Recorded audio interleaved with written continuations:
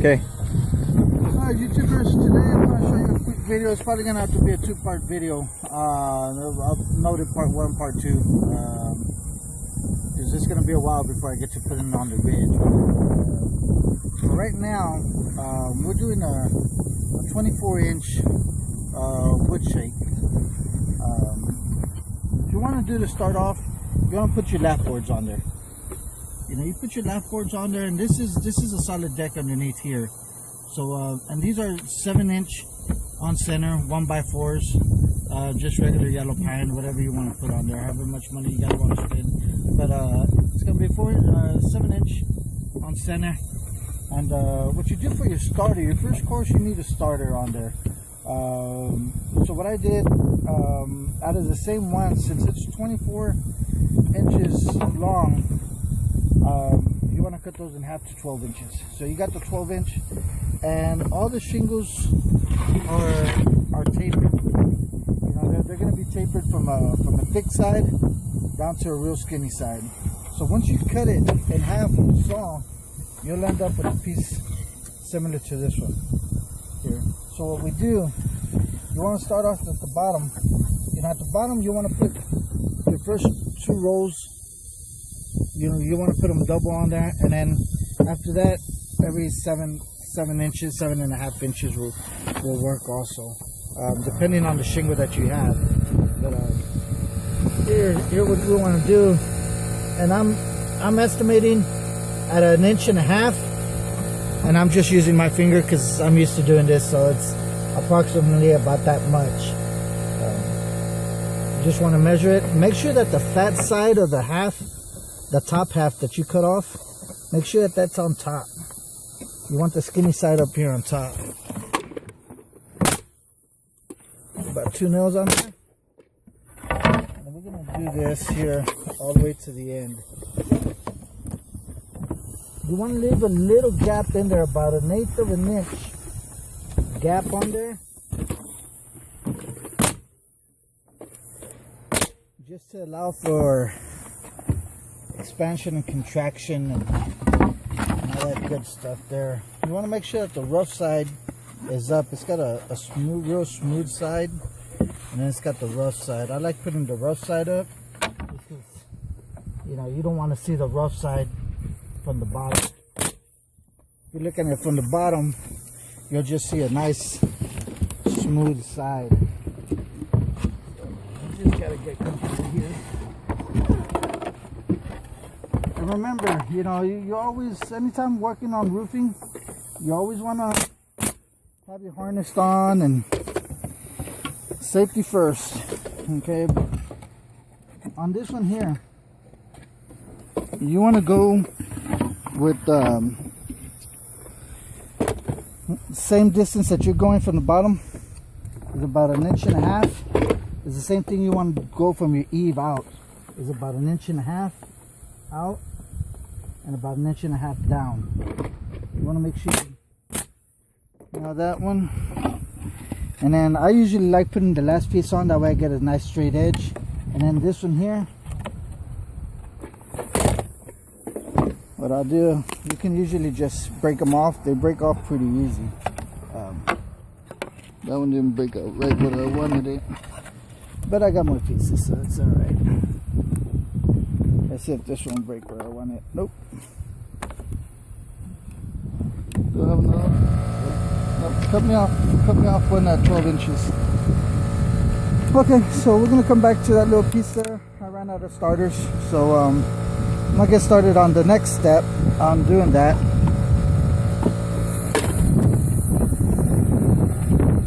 The next step is you want to use a 30-pound underlayment. This is just a 30-pound, just regular felt paper.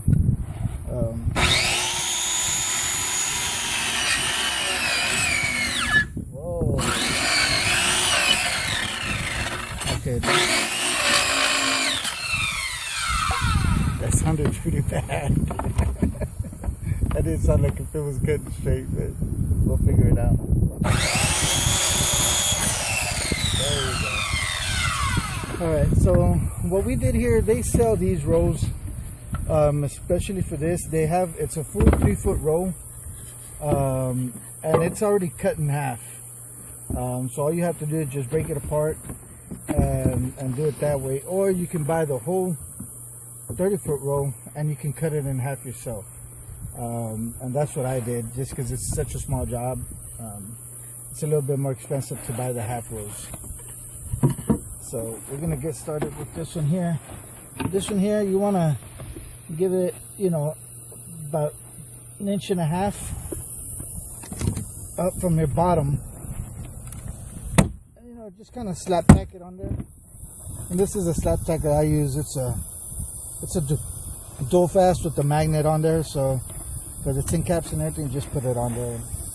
Careful not to staple your finger. That hurts. Right.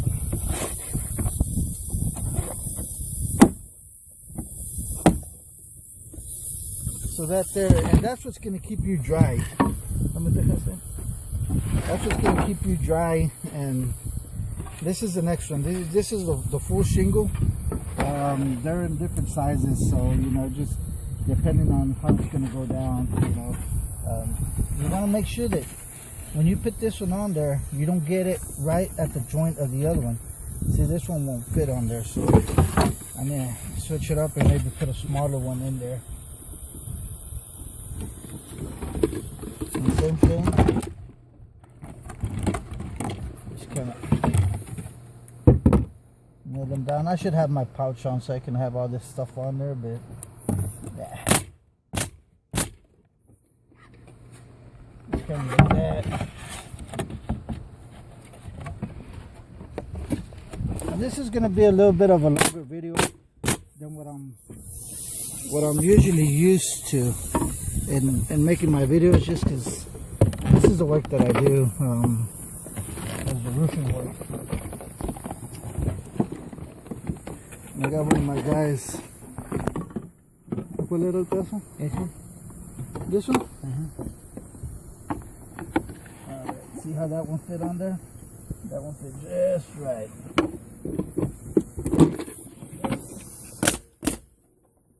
Roll it out. That didn't work out too good.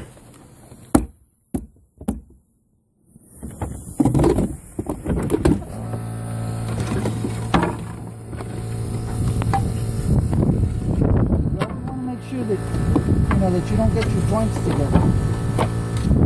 With these medium shakes, they're not all straight here or here. Some of these are crooked. They got a little slant to them. You know, these are cedar shakes, so they're not all going to be straight. So just kind of, you can see it's hidden up here, and you've got a gap there. That's fine. I don't want to worry too much about it. You see this one here? It's just, you know, different styles. That's just the way the wood is. That's what gives it the design on it. And I'm using what's this? 1 3/4 ring shank nails. Just a ring shank will give you a little bit of better hold on there. Lenoja? I need a knife so I can cut this drippage. Alright. You just want to cut this just flush on there. Make sure you don't have any overlaps or anything. You don't want that showing on the back side. So this one here is going to be the same thing. You know, you want to put it at the bottom. Kind of want to just guess it up on top. Put a few nails in there. Make sure it's not going anywhere. And the next one, I usually have a hatchet to cut these a little bit easier, but today, hammer. Today we're using a hammer. You see, if you want to cut these a little bit shorter, you know, just get the hammer, put it on somewhere solid, just hit it down, and it should just break off. So you get it to the size that you want it. sometimes it doesn't work, and it'll splinter more than what you wanted. But just kind of keep on doing it, and if you splinter it more, that's all right. Just get another one to restart it. All right, so that's the first course. Now, what we need to do, we're going to mark the second course, which my nephew's done it on that side already. And these are, did you record him? Because he needs to sign a waiver, make sure it's okay for him to come out on video. 10 inches from the bottom up. You want to mark it 10 inches?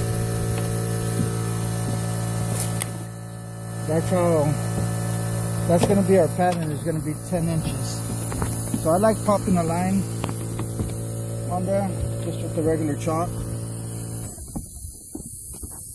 And, you know, always make sure you've got a harness on, safety first. So, always remember to do this at your own risk. Yeah, keep them close here. So we got our full row here. It's already cut to length. Got my slap protector ready.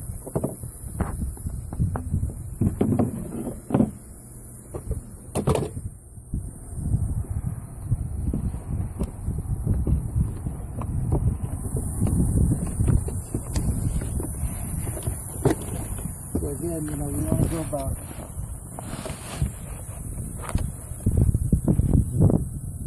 an inch and a half up. Just staple that on there. Just want you to try not to step on the felt, because the felt is just tacked on there.